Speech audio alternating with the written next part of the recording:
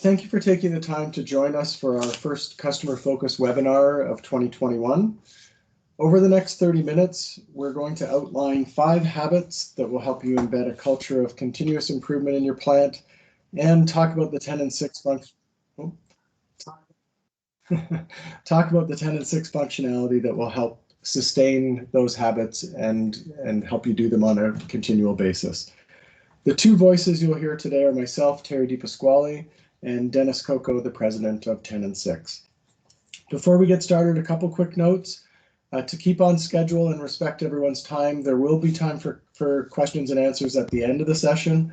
We ask that all attendees remain on mute and use the chat feature to note any questions that you have. Also note that we will be recording today's session. One final note, this is a customer-focused webinar, but we had a bit of an error sending out the invitations. We do have some non-customers on the phone, and for those of you that are not customers, I just want to say that some of the things we'll talk about today assume a certain level of understanding of 10 and 6 capabilities. That said, we think you'll still get a lot of value out of attending today, but if you have a lot of questions by the end, my contact information will be up at the end, and you can feel free to reach out for a one-on-one conversation anytime. So I'm going to hand it over to Dennis Coco to kick off our 5 habits of an efficient plant. Okay, great. Thank you very much, Terry. And thank you everyone for joining and taking time out of your busy schedule to participate in this. I'm going to have to request control again, Terry. For some reason, I lost control. So there we go. Okay, so what we're going to do today is try to draw a parallel between continuous improvement culture in a plant and healthy living. So everybody knows that healthy living is really not about fasting for a week to try to lose weight. And in the same way, continuous improvement culture is not about doing 1 or 2 single Kaizen events trying to improve something in your plant. Continuous improvement culture is not a burst of activity that you do for a few months and then you forget about it. That's very similar to trying to do the latest fad diet that you found on the internet and then only doing it for a few months and then forgetting about it. Essentially, continuous improvement culture is a series of behaviors, habits, actions that become the standard operating procedures of your plant. Very much like healthy living is really a series of behaviors, habits, actions that you do day in and day out without even thinking about it, and it becomes your normal lifestyle. I'm going to warn you that we're not going to sell you a Thigh Master or a Belly Buster that you can find on the Home Shopping Network. We're going to actually walk you through some behaviors and habits that aren't earth-shattering. There's nothing new or innovative here, but we're going to help you understand what those habits are and, more importantly, how to hold your people accountable in your facilities to do these on that day in, day out basis and make it standard operating procedure for your plant. So one of the thoughts here is that you have standard operating procedures for your manufacturing processes. Why not do those similar procedures for your management processes? And that's what we're going to explore today. And the biggest challenge, as with anything, even including a healthy living lifestyle, is how do we maintain the habits and hold ourselves accountable to those habits on a day in and day out basis. I'll give you a little bit of hint. Your 10 and 6 system that you've already purchased is designed to collect, measure, and report. And we're going to give you ideas on how to use the 10 and 6 system to do exactly that, to hold people accountable to the habits on a day in and day out basis. So where did these 5 habits come from? If we look at, across all of our customers, we have been observing what you guys are doing with the 10 and 6 system, and some of those good habits that you have are something that we pulled together in conjunction with, the Toyota production system and other well-known lean manufacturing concepts. And we pulled together these 5 habits based on some activities that you're currently doing. We've noticed that some of our customers do portions of these habits, and sometimes they struggle with sustainability and accountability to maintaining the habits. So we're going to walk you through the 5 habits, and then we'll go into detail on each of them. So the 5 habits, everybody's asking, well, what are they? They're not earth-shattering habits. We're not reinventing the wheel here. We're not creating something new or innovative. We're taking best practices that have been around for a long time And we're going to help you walk through a series of these habits that will help you make sustainable over the long term in your plan. First habit is to document your losses. Second habit is to respond quickly to issues. The third habit is to maintain in-process quality checks. The fourth habit is in-shift reviews. And then the final habit is doing a formalized continuous improvement or Kaizen event process within your facility.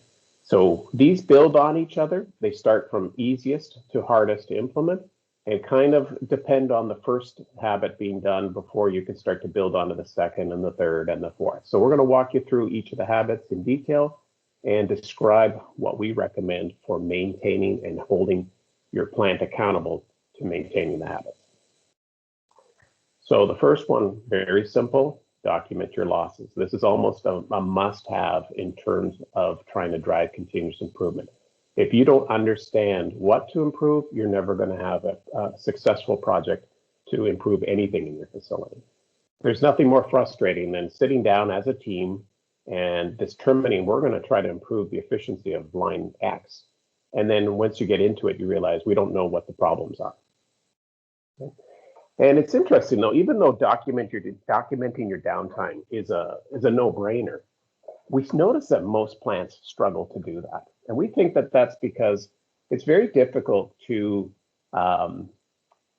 basically make sure that all of this is done by the end of each shift. So you might have a burst of effort in that area. You might hold people accountable for a week or two, but over time it starts to slip away and you're documenting less and less of your downtime. And that's because it takes a lot to go in and audit how much of your documentation is being done, how much of your downtime is being accounted for. And over time, that struggle to audit and maintain and stay on top of it becomes more and more challenging. So we're going to recommend that you implement a strategy where by the end of each shift, all of the downtime that you expect to document, anything over, say, a threshold of 3 minutes, needs to be documented before the end of the shift. And we're going to implement a new metric, which is a simple metric. It's the percentage of the downtime being documented. Nothing too complicated to calculate. We expect it to have 100%, and we only documented half of it, so that's 50%.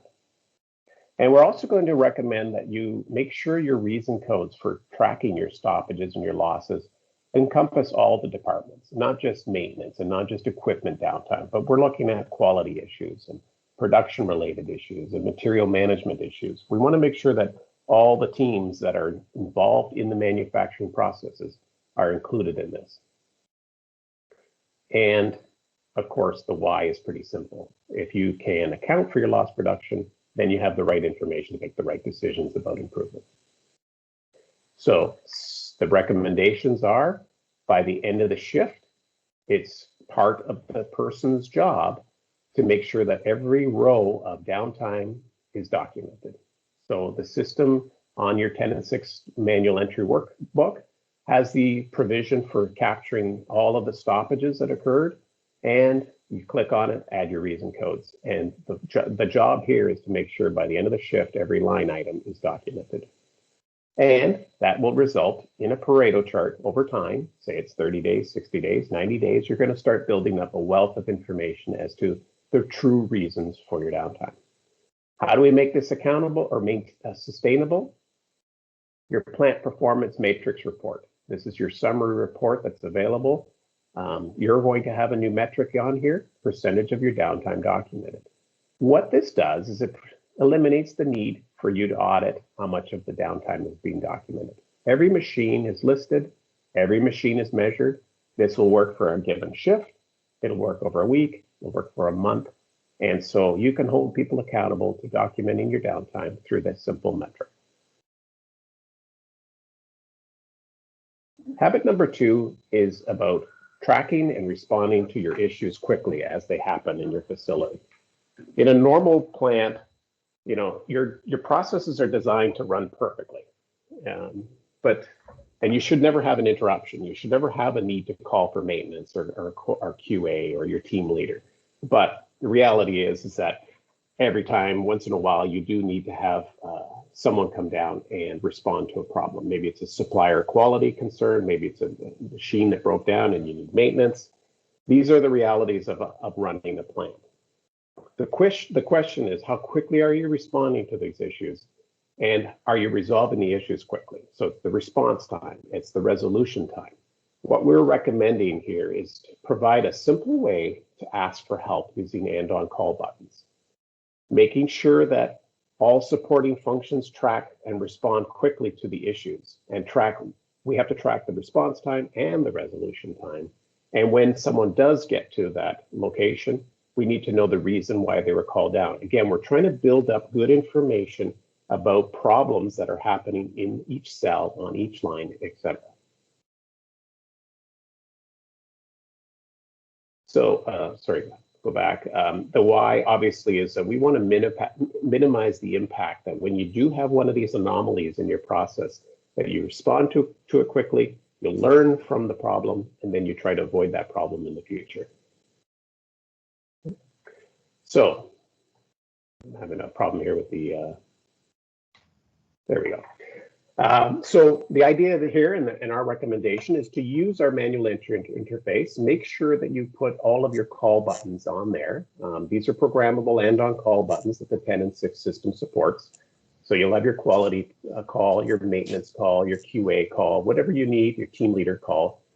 When these buttons are pressed, you're going to alert that department via text or email. You're going to be able to drive your live display boards, keeping track of how long it's taking for the response. When someone gets there, they click on the button, that tracks the response time, and then the resolution time when the problem is resolved. You're also able to include, through the issues tracker, the ability to record who responded and why they were called. So again, you're building up a good history of information. And to make this habit sustainable, we have, again, the plant performance matrix allows you to track over time the number of and-on calls by department and the average response time. Clicking on here gives you the details of all the different calls, when they started, who responded, and what were the reasons for the issue. Again, building up a good history of information that you can act on later when you're looking at Kaizen events. So from here, I'm going to pass it back to Terry, and he's going to talk about habit number 3. Thanks, Dennis. All right, thanks everyone. Habit number 3, Dennis talked about at the beginning, is around in-process quality checks. I think every manufacturer knows that completing in-process quality checks, if you do them regularly, can help you reduce scrap or rework, or worst of all, customer returns or recalls. However, many plants struggle to complete them consistently. So again, if they're being scheduled to be done hourly or every X number of units, operators are busy out on the shop floor. If there's not a reminder or alert, they may not remember to do them consistently hour in, hour out. People struggle to take action when they're out of spec results. If you're tracking these on paper, and in some cases, the operators are doing manual calculations to determine where they are in their specification limits, so they don't take immediate action, and that issue of being out of spec isn't broadcast across the plant to the right resources. And especially for plants doing this on paper, they don't use the history of results to drive improvement, to figure out where can we improve our quality of our process. So, restrict our parameters of variation in our process. So again, the recommendation here is to implement a paperless quality check system with electronic triggers to remind your team when checks are due. In 10 and 6, this is the scheduled tasks module or scheduled checks module. Track your completion rates and hold your team accountable. Again, making these habits that you do shift in, shift out, week in, week out through the whole year. So make them accountable to completing their checks when they're triggered. And implement electronic alerts when processes go out of specification or potentially are trending out of specification. So if we know we are starting to get variation in our process. I think the whys here are, in the last one, use your SPC charting to analyze results and improve your process variability. So look at the history of different parameters, look at how they trend by shift or time of day or by operator, et cetera, to figure out where can we control this variance, what can we affect in our process. The whys are fairly straightforward. We want to minimize the amount of scrap and rework and ensure quality process control. But when I talk about that, it's reducing that window of lost product as well. If I do a check every hour and discover that I'm out of specification, the window of product that I potentially have to rework or scrap is reduced. If I don't do that check for 3 hours because I forgot and I find out I'm out of specification, there's a much larger amount of product that I have to go back and recheck and rework, etc. But another element of in-process quality checks is demonstrating the visibility and control you have over your quality to your customers or potential customers. So depending on the industry you're in, this is something that our customers use to show their customers what they can do and how on top of quality they are. And so again, going to the 10 and 6 system, for those of you that don't know, the scheduled checks module gives you the ability to alert an operator a check is due. When they do that check, it can walk them through a series of steps in that check.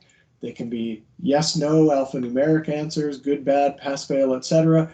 Complete with the work instructions on how to complete that check and what they're looking for in that check.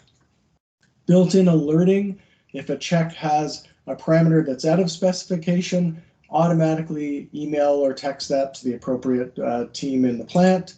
And again, the built-in SBC charting to make sure you're staying within your control limits and to look at the history of those to find opportunities for improvement.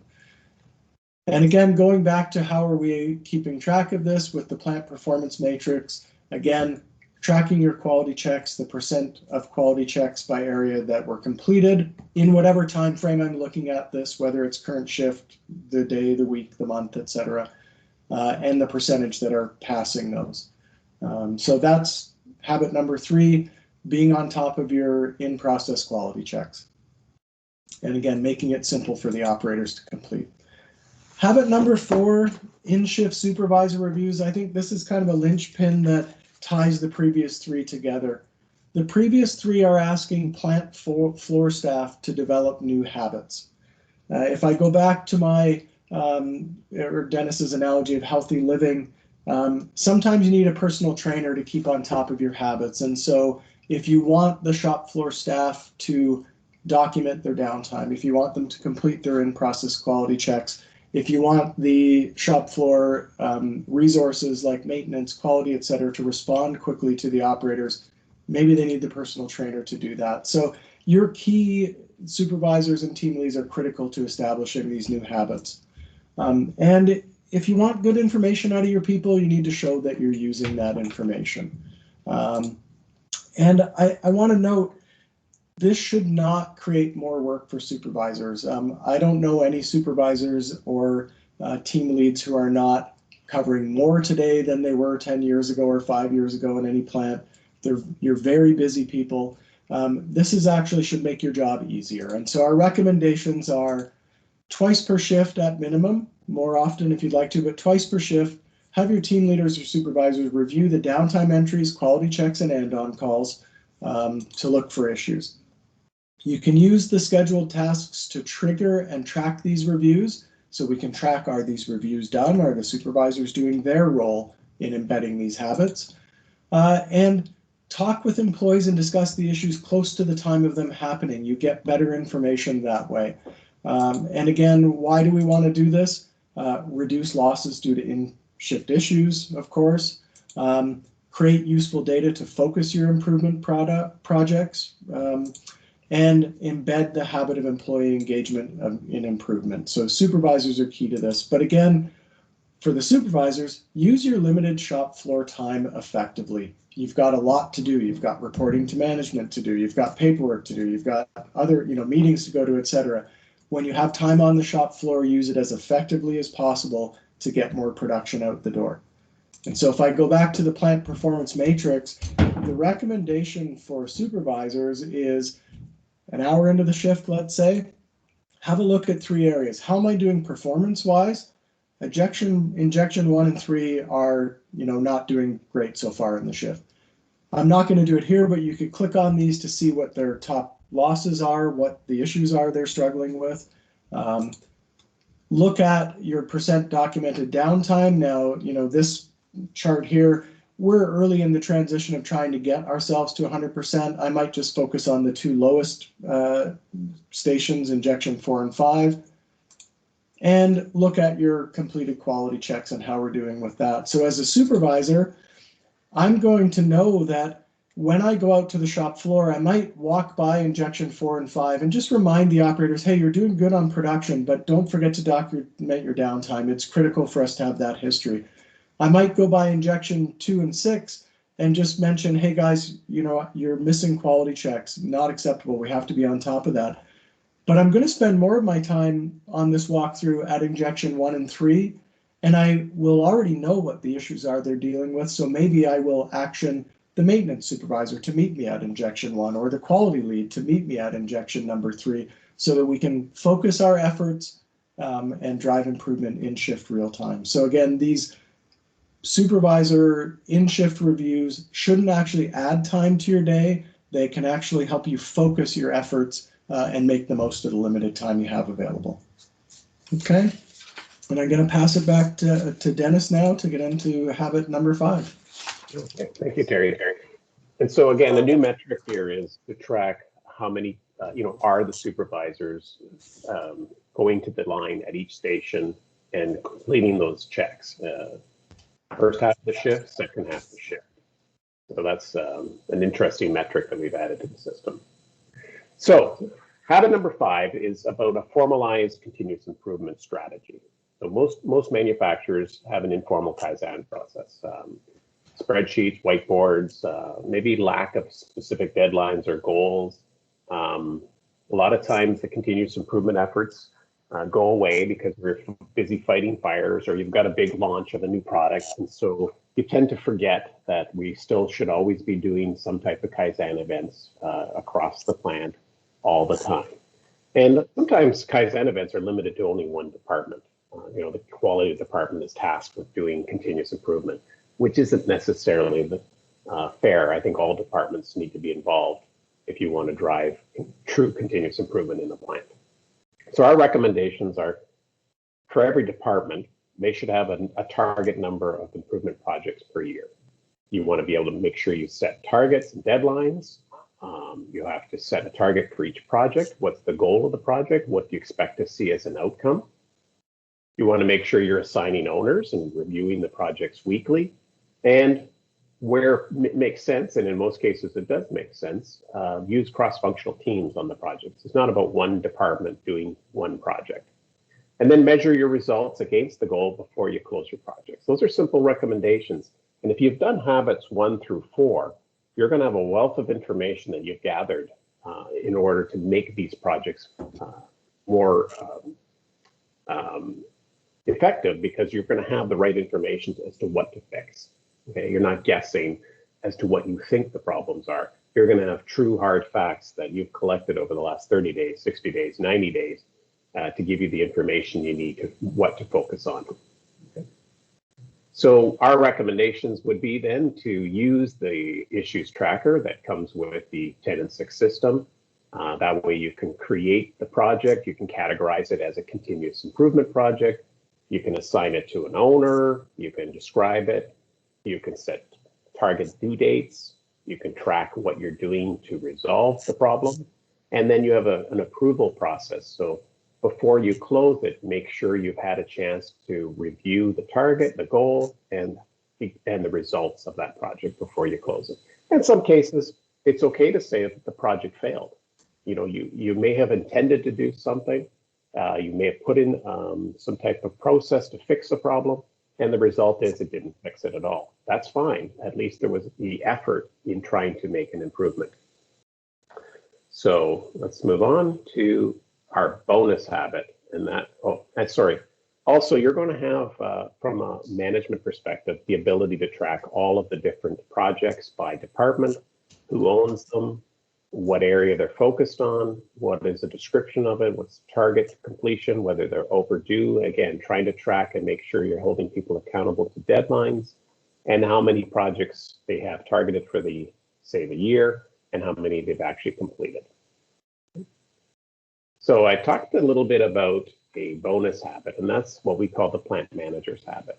We have referred to this plant performance matrix on a regular basis throughout these 5 habits. And the idea here is that trying to drive and hold people accountable to these habits is difficult unless you have a mechanism to measure.